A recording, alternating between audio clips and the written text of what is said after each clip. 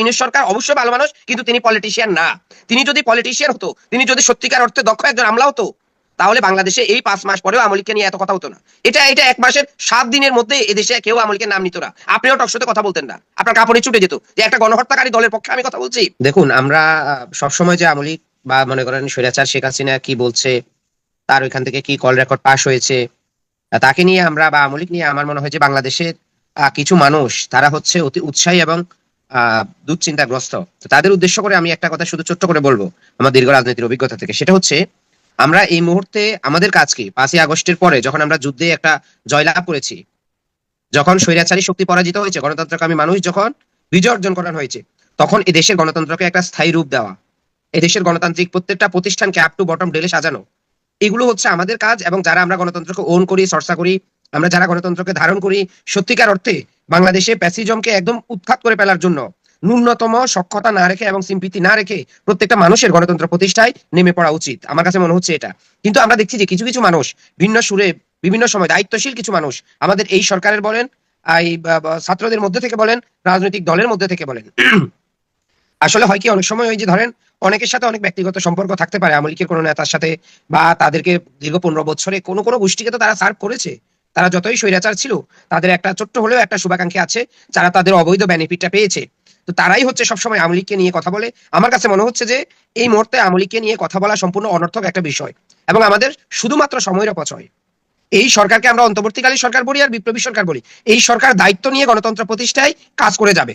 এখন সেখানে তো আওয়ামী লীগ যদি বাধা দেয় সেটা প্রতিহত করবে। বাধা না দিলে শুধু শুধু এই দলটার নাম কেন আমরা আলোচনায় করব, টকশো করব, আমরা এই দলটাকে নিয়ে কথা বলবো, আমার কাছে মনে হচ্ছে যে এই দলটাকে নিয়ে কথা বলা মানে এখন সময় নষ্ট করা। আমি আপনাকে স্পষ্ট করে বলেছি, মানে এটা আপনি বলছেন এই দলকে নিয়ে কথা বলা সময় নষ্ট করা, কেন এটা মনে করছেন? কারণ আমরা দেখতে পাচ্ছি যে বড় বড় দলগুলো তো এই দলকে নিষিদ্ধ করবার পক্ষে নয়, তারা বলছে যে না, এই দলকে আমরা গণতান্ত্রিক দেশ হিসেবে, গণতান্ত্রিক দল হিসেবে আরেকটা দলকে আমরা নিষিদ্ধ করতে পারি না, বা এটা করতে আমরা সমর্থন দিতে পারি না। না না, এই দলকে নিষিদ্ধ করার দায়িত্ব তো রাজনৈতিক দলকে কেউ দেয় নাই। আমি আপনাকে বললাম এই যে যুদ্ধটা হয়েছে, এই যে ব্যানারটা, সেই ব্যানারটা কি কোনো রাজনৈতিক দলের ছিল? মনে করেন যে নিষিদ্ধ করা উচিত, নিষিদ্ধ করবে, এটা সরকার তো করতে পারে না। সরকার কিসের উপর ভিত্তি করে করবে? আরে সরকার করা লাগবে না, আপনি একটা গণভোটের ব্যবস্থা করেন না যে আওয়ামী লীগ নিষিদ্ধ হবে কি হবে না। আপনি দেখেন না 70-80% এর উপরে 90% বলবে যে নিষিদ্ধ করেন। তো এখানে তো ভাই বিএনপির ইস্যু না, জামাতের ইস্যু না, সরকারের ইস্যু না।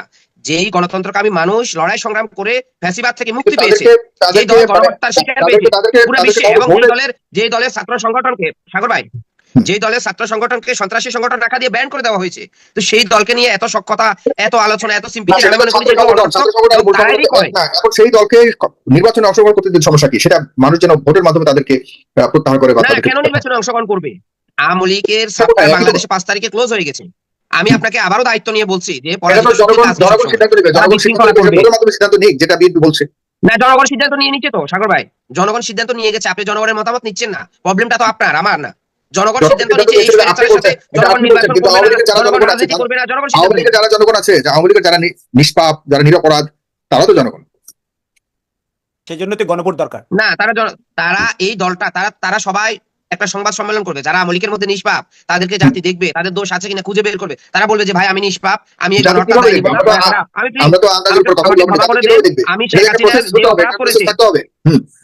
আমি বলি শেখ হাসিনা যে অপরাধ করেছে আমি সেই অপরাধ করবো না, জাতির কাছে এভাবে হাত জোর করে ক্ষমা চাইবে। এখন জাতি ক্ষমা করবে কিনা সেটা তো জাতির বিষয়, আমার বিষয় না, বিএনপির বিষয় না, জামাতের বিষয় না। ডক্টর ইউনূস সরকার যদি এখন বলে যে আওয়ামী লীগকে ক্ষমা করে দিচ্ছি, পিটিয়ে ছাল তুলে ফেলবে মানুষ। কিসের ইউনূস সরকার? মানবে না তো। একটা জিনিস যখন নিষিদ্ধ হয়ে যাবে, একটা জিনিস যখন ব্যান্ড হয়ে যাবে, সরাসরি ওপেন ক্লাসে যখন পরাজিত হয়ে যাবে, রবি সাহেব বলেছে, রবি সাহেব যেটা স্পষ্ট করে বলেছে যে নিষিদ্ধ করা হয়নি তাদেরকে, আপনি কিভাবে তাদেরকে বাধা? এটা ছাড়াও সম্রাট ভাইয়ের কাছে আমি একটা কথা বলি। এই সেই শেখ হাসিনা, এই খুনি 1996 সালে তসবি হাতে নিয়ে হিজাব পরে ক্ষমা চেয়ে কিন্তু ক্ষমতায় আসছিল। তারপরের ইতিহাস 2000 ছাত্র জনতার রক্ত দিতে হয়েছে, 30,000 এখনো হসপিটালের বেডে কাতরাচ্ছে। আপনি বলছেন একটা গণভোট দেন, বা ছোট্ট একটা ভোট দিয়েছিলাম মাদারীপুরে, এই বার নির্বাচনে ওখানে সব ভাই আওয়ামী লীগের লোক পাশ করছে, একজন খালি সভাপতি হয়েছে জামাতের ভদ্রলোক, আর সেক্রেটারি থেকে সব পদে আওয়ামী লীগ জয় হয়েছে। তো গণভোট দিলে এরকম অবস্থায় হবে সম্রাট ভাই, একটু খেয়াল রাখেন। না ভাই, আপনি যেটা বলছেন সেটা না। আমি আপনাকে বললাম যে এখানে রাজনৈতিক দল না, ধরেন কোন রাজনৈতিক দল, যে রাজনৈতিক দলগুলো ক্ষমতা কেন্দ্রিক, যারা মুখে মুখে গণতন্ত্রকে ধারণ করে, যারা সত্যিকার অর্থে স্বার্থবাদী, যারা ক্ষমতাবাদী, তারা আওয়ামী লীগকে পুনর্বাসন করার চেষ্টা করবে, তারা সুযোগ সুবিধা করবে। আমি বললাম যে বাংলাদেশের জনগণ একদম পেয়ার রাজনৈতিক দলগুলো না, সিদ্ধান্ত যদি জনগণ নেই, তাহলে আমি সেই গণভোটের কথা বললাম যে জনগণের মধ্যে থেকে 100 জনের মধ্যে 90 জন পাবেন আপনি সরাসরি এই দলের সাথে তারা রাজনীতি করতে চায় না, এই দলের সাথে তারা নির্বাচন করতে চায় না। তো এই দুটা বিষয় একদম স্পষ্ট। এখন ভাই রাজনীতির বাইরে আমি তো বলছি না যে আওয়ামী লীগকে ধরে ধরে সবগুলোকে গণহত্যা করেন, সবগুলোকে ক্রস ফায়ার দিয়ে দেন। আমরা তো ন্যূনতম সিম্পিতি রেখে কথা বলছি যে ভাই তোমাদের রাজনীতি করার অধিকার নাই, তোমরা রাজনৈতিক অধিকার হারিয়েছো কিন্তু তোমরা বেঁচে থাকার অধিকার পেয়েছো, এটা নিয়ে শুকর আলহামদুলিল্লাহ করে কাজে চলে যাও। তোমাদের এই দেশ নিয়ে আর চিন্তা করতে হবে না, তোমরা এই দেশ থেকে পরাজিত হয়েছো, তোমরা যুদ্ধের মাধ্যমে এই বাংলাদেশ থেকে হেরে গিয়েছো। সুতরাং তোমরা কখনো গণতান্ত্রিক ভাবে নিজেদের পছন্দ এবং ইচ্ছার কথা বললেন, কিন্তু আইন আছে, এদেশে তো নির্বাচনী আইন আছে, ইলেকশন কমিশন আছে, আইন আদালত আছে, সেই প্রেক্ষিতে বা সেই মোতাবেক তো তারা তো এইভাবে ভোট না দিয়ে নির্বাচনে অংশগ্রহণ না করে কোন রকম বেঁচে আছে, এটাই তাদের সুক্রিয়া বলে তাদের চলে যাওয়া উচিত। ওখানে তো বলেন আইন অবশ্যই তারা রাজনীতি করার অধিকার হারিয়েছে সাগর ভাই। আমি যদি এই দলের পক্ষে কথা বলি তাহলে আমি শহীদের রক্তের সাথে বেইমানি করব, এবং আমি যে একটা নৈতিক গুণ সম্পন্ন মানুষ, একটা গণতান্ত্রিক মানুষ, আমি সেই পথ থেকে চলে যেতে হবে। আমি স্বৈরাচার হলে আমি আওয়ামী লীগের পক্ষে কথা বলবো, আপনি বুকে গণতন্ত্র ধারণ করবেন, আমি বুকে গণতন্ত্র ধারণ করে আবার আওয়ামী লীগের পক্ষে কথা বলবো। এটা আমার নীতির সাথে বেইমানি সাগর ভাই, এটা হচ্ছে দ্বিমুখী আচরণ। যে কোনো গণতান্ত্রিক দল এই মুহূর্তে আওয়ামী লীগের পক্ষে কথা বললে সে তার নীতির সাথে বেইমানি করবে, সে প্যাসিস্ট হয়ে যেতে হবে। আগে প্যাসিস্ট হবে, পরে আওয়ামী লীগের পক্ষে কথা বলতে হবে। একেবারে কেউ মাফ করে দিবে, কেউ রাজনীতি করার জন্য আওয়ামী লীগকে উঠে পড়ে, আরে ভাই এত কিসের গণহত্যার বিচারগুলো শেষ হোক, এখনো বিচারই হয় না, নির্বাচন আসবে কি আসবে না সেটা নিয়ে আমরা কাচ্ছি। তো এটা ভারতের রয়ের একটা এজেন্ট, এই দলটা বাংলাদেশ আওয়ামী লীগ এখনো পর্যন্ত ভারতের এজেন্ট হিসেবে, রয়ের এজেন্ট হিসেবে তারা এই দেশে কাজ করছে। সুতরাং আওয়ামী লীগ তো প্যাক না।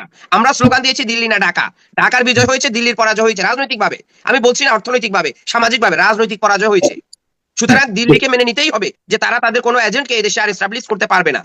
তো এখন যারা করতে চাচ্ছে, যারা সহযোগিতা করছে, যারা নরম সুরে কথা বলছে, আমি তাদেরকে বলবো যে আপনারা আপনাদের নীতির সাথে বেইমানি করছেন, আর রাজপথের সাথে যারা বেইমানি করে তারা সবসময় ইতিহাসে রাস্তা খুলে চলে যায়। হয়তো কিছু সময় আওয়ামী লীগের পক্ষে কথা বলে, আওয়ামী লীগের রিএস্টাবলিশ করার জন্য কথা বলে তারা মানসিক শান্তি পাবে, কিন্তু দিন শেষে তাদের বিবেক তাদেরকে দংশন করবে। তারাও এই গুলিটার সামনে দেখবে যে 6 বছরের একটা বাচ্চা রাস্তায় বেরিয়েছে, তাকে গুলি করে হত্যা করেছে, লাশের উপর নৃত্য করেছে, একটা মানুষকে 100টার উপরে বুলেট মেরেছে, হেলিকপ্টারে করে গুলি করেছে, আন্তর্জাতিক অপরাধ ট্রাইব্যুনাল সেই প্রমাণ দিয়েছে। এটা কি সাগর ভাই? এটা তো আমরা তো মানে আমি আবারও বলছি দায়িত্ব নিয়ে যে আওয়ামী লীগকে নিয়ে কথা না বলে আপনি বলেন নির্বাচন কমিশনকে কিভাবে সচল করা যায়। মানুষ তো ভোটের থেকে বিমুখ হয়ে গেছে, মানুষকে কিভাবে ভোট কেন্দ্রে আনা যায় কর্মসূচি নেন।